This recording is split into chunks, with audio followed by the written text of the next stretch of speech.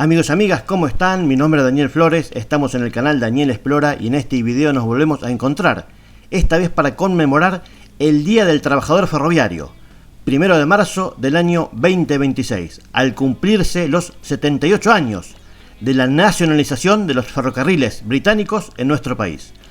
Lo hicimos desde dos estaciones ferroviarias históricas que hace años ya no prestan servicio: Puerto Belgrano, ubicada en la base naval de Puerto Belgrano, y Almirante Solier, ubicada en la ciudad de Punta Alta, provincia de Buenos Aires, República Argentina.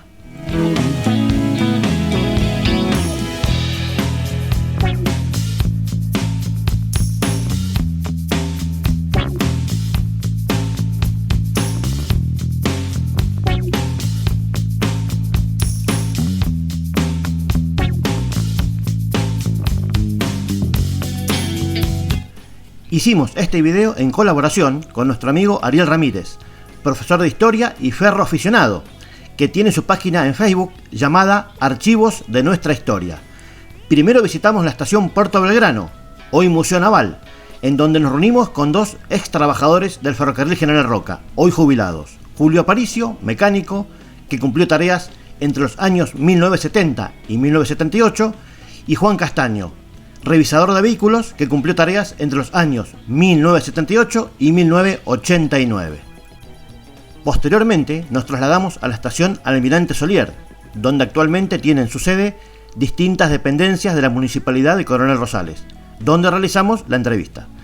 Para Julio Aparicio y Juan Castaño, el mayor de los agradecimientos por habernos permitido reunirlos y participar junto a ellos, como ferroaficionados, de esta humilde conmemoración cargada de emoción y sentimiento.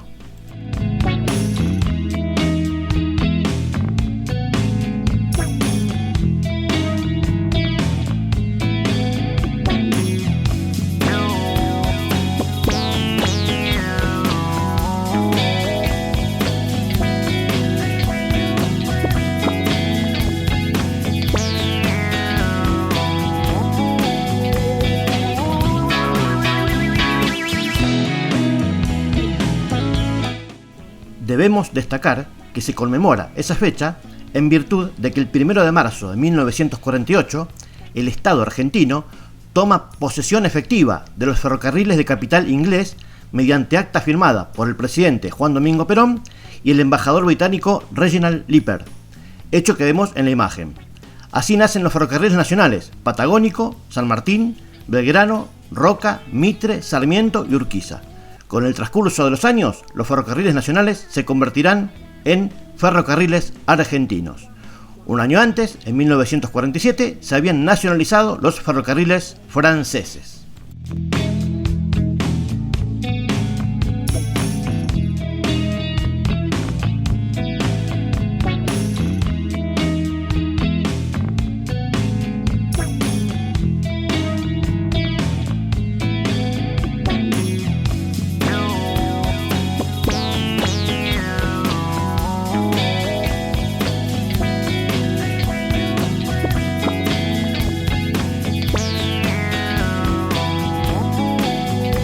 Amigos y amigas, ¿cómo están? Me llamo Daniel Flores, estamos en el canal Daniel Explora y hoy, en un día tan especial, ya que es el Día del Ferroviario, estamos acá en una colaboración con Ariel Ramírez, de Archivos de Nuestra Historia, y Julio Aparicio, ex trabajador ferroviario, bueno, que ahora nos va a contar su trayectoria, su experiencia, ¿no? en lo que es el trabajo ferroviario, ¿no? Te paso, Ariel, el micrófono, así comenzás. Bueno, ¿qué tal? ¿Cómo les va? Dispensamos a nuestro querido amigo Juan, que bueno, que hoy se tuvo que ir por una cuestión personal, así que bueno, el saludo para todos los compañeros, trabajadores ferroviarios de Punta Alta. Bueno, ¿cómo consideramos hoy esta fecha tan importante, ¿no? Tan cara para los ferroviarios, el Día del Ferroviario, pero en base en consideración a las denominadas nacionalizaciones ferroviarias, ¿no? ¿Cuál sería tu reflexión sobre este día? Bueno, en primer lugar agradecerle a vos, Daniel, a vos, Ariel, por permitirnos a los ferroviarios, ex-ferroviarios. El ferroviario nunca deja de ser ferroviario, por empezar. Vos te podés ir del ferrocarril, te podés jubilar, pero el ferrocarril, el que fue ferroviario lo lleva adentro. Sí. Es imposible sacarte eso.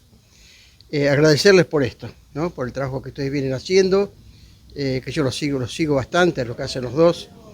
Y bueno, hoy es un día muy especial, muy caro el sentimiento de los ferroviarios.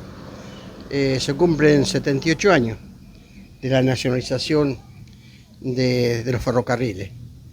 Y digo caro el sentimiento porque hoy la realidad nos muestra dónde estamos parados, qué es lo que pasó. Y dirigirnos a la sociedad es muy difícil, porque aquel que no fue ferroviario o aquellas personas grandes que no vivieron el ferrocarril, la importancia del ferrocarril, es muy difícil que por ahí puedan entender por qué estamos así los ferroviarios. Y bueno, como hablamos siempre, nosotros arrancamos con el ferrocarril nacionalizado en el año 48. El primer golpe que tuvimos, que fue en el 55, ahí empieza ya a querer empezar a privatizarse. O sea, la primera estocada, ¿no? La primera estocada. Y ahí, bueno, hubo persecución. Lo que siempre se hace es perseguir a los dirigentes sindicales que estaban en aquella época, a los delegados. Se zafa de eso y pasamos después por la época de Frondizi, que fue muy nefasta para los trabajadores. Se recuerda mucho la importancia que tuvo la huelga de los 40 días en el año 61 con el plan Larkin, que no era otra cosa que lo que hoy estamos viviendo, que era privatizar todo. En esa época se hablaba de levantar 4.000 kilómetros de vía, con la importancia que eso tiene, y uno dice, sí, levantaron la vía. No es que levantaron la vía. Las vías, o sea, los pueblos se fueron creando al lado de la vía. Cuando vos levantás un ferrocarril, o levantás una vía, desaparecen los pueblos. Muy pocos pueblos donde hubo ferrocarril quedaron en pie, ¿cierto? Volvimos en la época del radicalismo también, levemente se intenta a una pequeña sacar del Estado algunas partes, pero bueno, no se logra. Y ya en la época nefasta de Menem, con la colaboración de los medios, como en el día de hoy, de los medios periodísticos hegemónicos, todos se recordarán de aquella época cuando Neustadt y Grondona le hablaban a Doña Rosa, que hablaba de la privatización no solamente de los ferrocarriles, sino de la telefonía, de la electricidad, del gas, del agua, temas a privatizar. Y bueno... Perdón que haga una observación, ¿no? Esto, y que también lo decíamos off the record, digamos, cuál fue el impacto y la impronta, por lo menos en nuestro distrito, y bueno, en base a lo que he investigado, digamos, hubo muy poca resistencia, muy poca movilización, solo algunos grupos de jóvenes que se trasladaron a Bahía Blanca a reclamar a la Superintendencia de Ferrocarriles para que no se corte el servicio de pasajeros entre Punta Alta y Bahía Blanca, ¿no? Obviamente. 90, ¿no? 4 de febrero del 90 fue el último tren que salió de acá, justamente, ¿no? A Bahía Blanca. Exacto, y en el año 77, bueno, de a poco se fue, digamos, recortando el servicio entre Rosario y Solier. Entonces, Coronel Rosales, que supo tener una tradición ferroviaria muy importante, sea por los talleres, sea por las diferentes secciones, vías y obras, las propias localidades, el ferrocarril que unía el Puerto Rosales, la playa, la base naval Puerto Verano, y cualquiera que tomaba un tren podía viajar de acá a la Patagonia, acá desde Solier, ir a la Patagonia, ir a Mendoza, con combinación ir al noroeste argentino, y todo eso de alguna forma hizo que, esa tradición, y es la pregunta que nos hicimos, ¿no? ¿Por qué la población allá por los 90 no resistió ni demandó en su conjunto que el tren, deje de existir, que no deje de existir en la ciudad, en nuestro distrito? Bueno, y hoy estamos en el 2026 conmemorando el Día del Ferroviario en base a lo que decíamos, las nacionalizaciones, y la pregunta es ¿por qué crees que la población,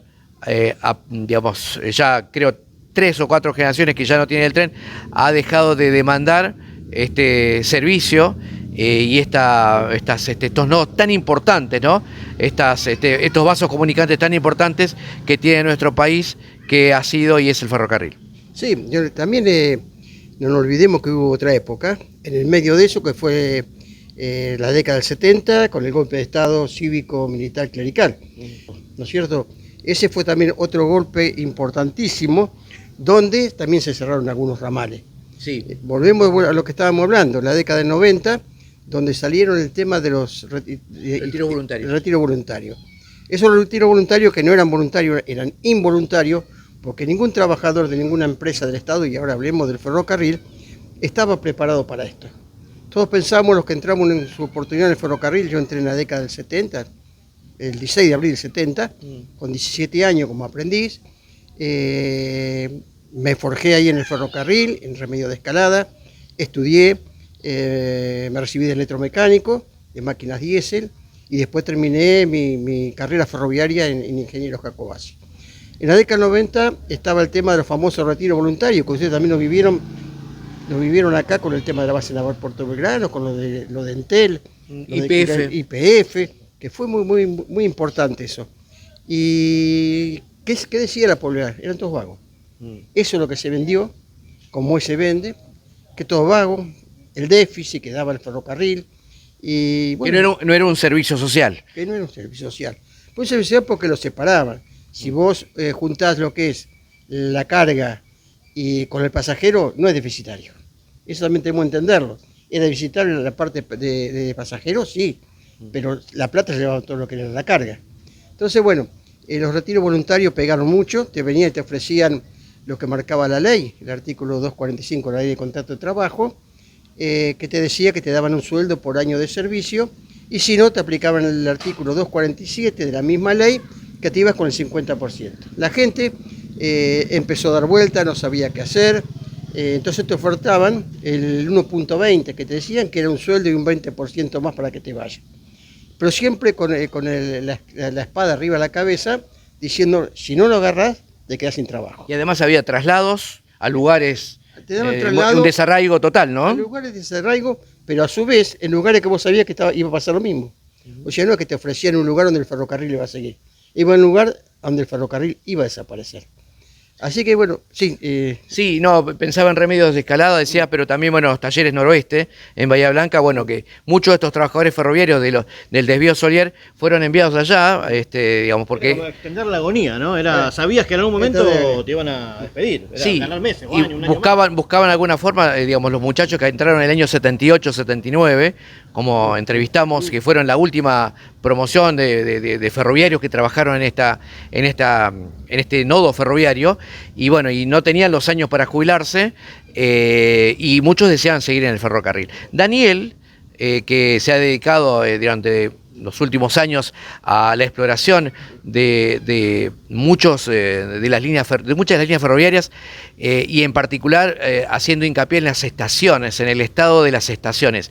Daniel, ahora va para vos la pregunta, digo, ¿cuál es tu mirada con respecto a estos últimos 30 años? Porque vemos que hay un acelerado canibalismo y destrucción, incluso a ras del suelo, de estaciones que han sido emblemáticas, ¿no? Apeaderos, estaciones de material que, bueno, que han sido demolidas.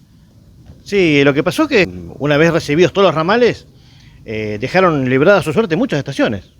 Muchas estaciones quedaron, y bueno, algunas tuvieron suerte, que quedaron dentro de algún pueblo, ciudad, y el municipio o algún organismo, una ONG se hizo cargo, lo restauró y lo mantiene, bueno, pero las que quedaron en el medio del campo están usurpadas, muchas se han quemado, Ingeniero White, Bahía Blanca Noroeste, Puerto Belgrano.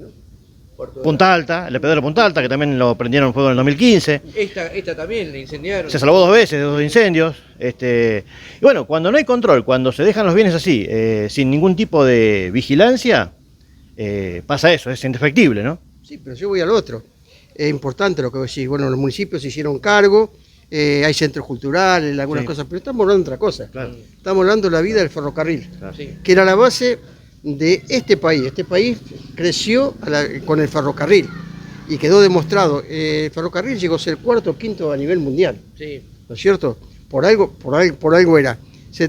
Todo se trasladaba, ni hablemos de lo que sea, cemento, la lana, lo que sea, iba por vía ferroviaria. Hoy, muchos pueblos de los que yo les comentaba desaparecieron. Desapareció el pueblo, quedaron 10 familias, se fueron los jóvenes, se fueron los grandes, y se cerraron las escuelas.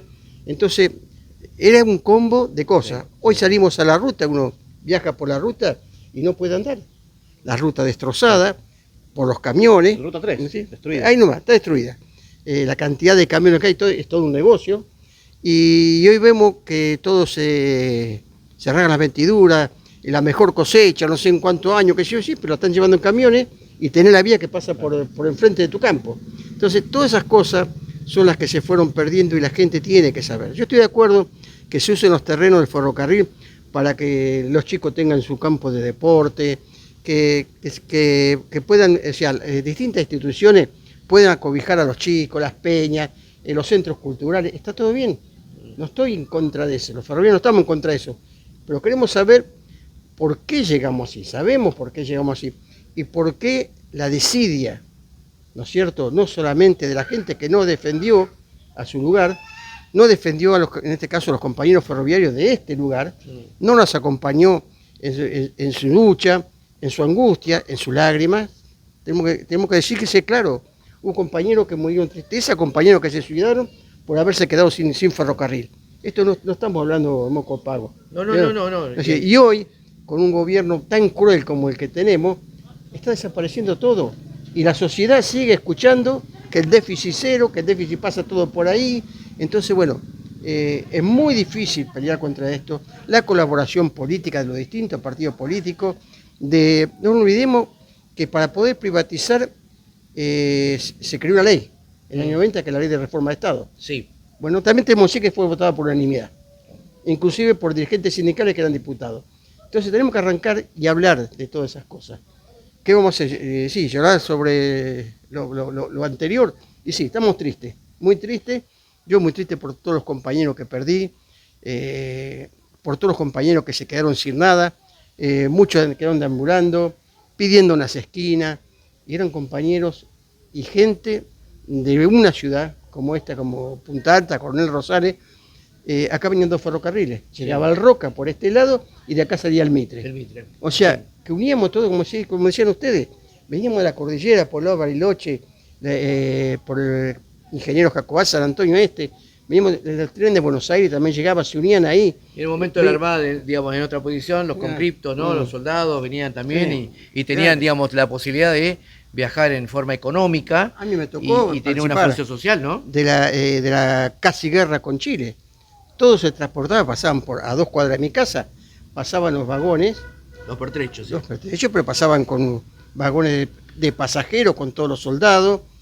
Pasaban los planchones con los tanques, con todo lo que se movilizó. Entonces, para un ferroviario es muy triste, porque no tenemos nada que festejar. Esa era la pregunta final, ¿no? Si, digamos, hoy a 2026, en esta conmemoración, 1 de marzo del 2026, tenemos algo para festejar. Y una última pregunta, si me permitís, Daniel, si considerás, Julio, si hay perspectivas o algún atisbo de un cambio para mejor. Mira, yo valoro en este lugar lo que hace Ferrocopa.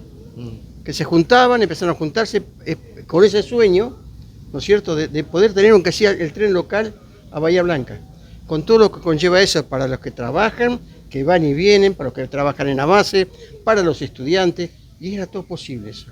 Yo tengo ese sueño, pero viendo cómo está planteado esta política y con todas las traiciones que hay de los distintos partidos políticos cuando van a levantar una mano en el Congreso, no tengo fe. Tengo ese deseo y quiero sumarme en lo que pueda a la gente que pelea por esto, pero peleamos más por un recuerdo, para decir, estamos vivos, el ferrocarril puede, pero sabemos que fue entregado a manos privadas, fue regalado, porque se dieron concesiones en algún lugar hasta de 100 años, que es una locura, ¿no es cierto? Entonces, si tengo fe, no, tengo ganas, tengo amor por todo esto, pero fe no, porque si vemos las políticas que están aplicando y le siguen levantando ramales, siguen levantando pasajeros. Se sigue canibalizando se roban los rieles, claro. Se roban los durmientes. Y por eso, mira, cuando uno escucha, a ver, y estoy de acuerdo con el himno a Punta Alta, uno escucha el himno a Punta Alta y habla del yunque, y habla de la base naval, Martillo Yunque, qué sé yo, y yo me gustaría que en algún himno de Punta Alta hablaran del ferrocarril, que se nombre el ferrocarril, que se nombre Ferrocarril ha sido también, ¿no? Digamos, el puntapié para Si no, no el existía. inicio de esta ciudad y Si no- del Puerto de Grano, Y ¿no? de Puerto Belgrano, si no, no hubiera existido. Sí. Acá también se escuchaba el yunque, o sea, pues Sí, digo, acá en los talleres, acá nomás, acá está- donde entonces- trabajaban y bueno, y había colonias ferroviarias y donde había un orgullo ferroviario, donde un ferroviario era un trabajador muy bien visto y estaba considerado socialmente. Y bueno, insisto, ya 3, 4 generaciones que no conocen el ferrocarril y ha sido muy interesante que nos cuentes y nos des tu mirada sobre bueno, lo que tenemos. No quiero decir lo que tuvimos porque suena a derrota, ¿no? Sí, sí, es lo que uno no quiere.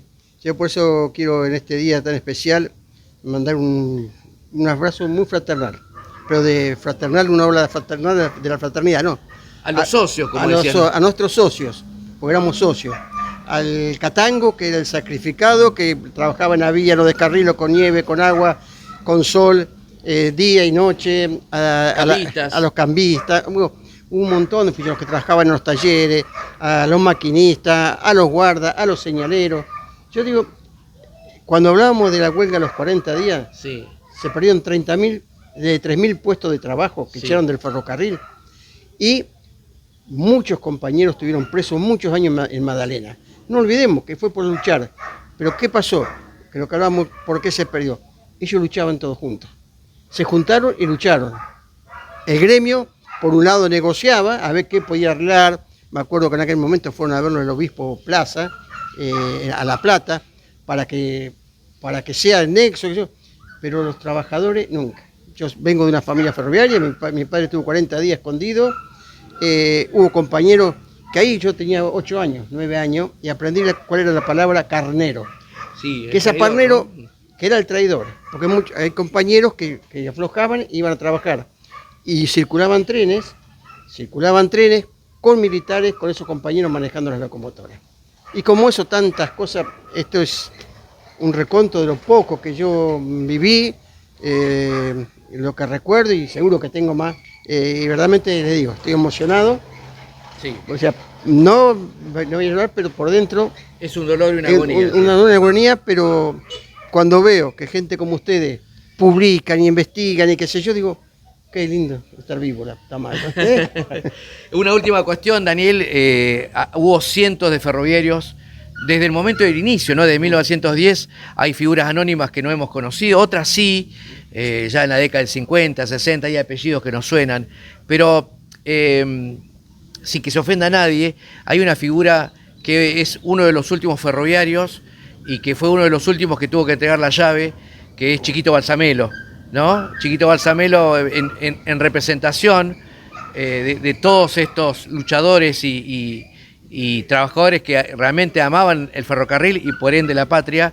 Sería muy bueno que esta estación tenga su nombre, ¿no? A mí se me ocurre eso porque esta estación pertenece al Y ferrocarril. tendríamos que proponérselo. No debe haber peor cosa que para un ferroviario entregar la llave Sí, y que esto no funcione más. sí. Vos cuando te vienen a servir, porque te echan, pero aparte es más, el dolor más grande, no porque te quedaste sin trabajo, Si no, hay que entregar la llave. de la la llave estación. de una estación que se va a cerrar para siempre. Sí. Creo que es lo más doloroso que puede ocurrir. Bueno, yo creo que en Punta Alta, los puntaltenses, nos dimos cuenta que perdimos el ferrocarril mucho tiempo después. En ese momento, como decía Ariel, por ahí no hubo una reacción porque el mensaje era que ya no se usaba, que lo usaba poca gente, Que era obsoleto. que estaba el micro. Bueno, pasaron años y hoy nos damos cuenta que es una opción, es una alternativa al transporte, ¿no? Ecológico, con todas las características Económico. positivas que tiene, económicas. Sí. Y yo creo que este mensaje, para la gente, por ahí es para despertar conciencia. Y yo creo que hay un atisbo de esperanza, muy chiquitita por ahí, pero si todos toman conciencia de lo que fue el ferrocarril, de lo que debe ser el ferrocarril, no de lo que fue, porque es historia, de lo que debe ser, ¿no? La función social que tiene que cumplir, yo creo que ahí ya ganamos una batalla, no la guerra, una batalla para seguir, ¿no? Una batalla muy importante. Sí, sí. Bueno, gracias Julio, gracias Ariel, seguiremos haciendo Totalmente, videos en conjunto. totalmente. Y bueno, un gran saludo por tu día. Gracias. Y en nombre tuyo para todos los ferroviarios, Para los ferroviarios. de Punta Alta, de Coronel Rosales y del país. Y también quiero agradecer en este momento a quien nos acompañó todo el día, que no me acuerdo el nombre cómo era. Julieta, Julieta, camarógrafa. que es la camarógrafo y nos acompañó en todo el Todo eso recorrido. tuvimos que venir. En todo el recorrido hoy, Sí. en la foto y todo. Muchas Bueno, gracias. gracias a vos, Por No, favor. bueno. Muy bien. Amigos y amigas, me voy despidiendo, haciéndoles llegar un gran saludo en su día a todos los ferroviarios y ferroviarias, esperando que este video les haya gustado. Asimismo quiero agradecer a todos los que vienen siguiendo nuestros contenidos y se han suscrito a nuestro canal. Un gran saludo, muchos éxitos y nos volveremos a encontrar en breve en la próxima exploración.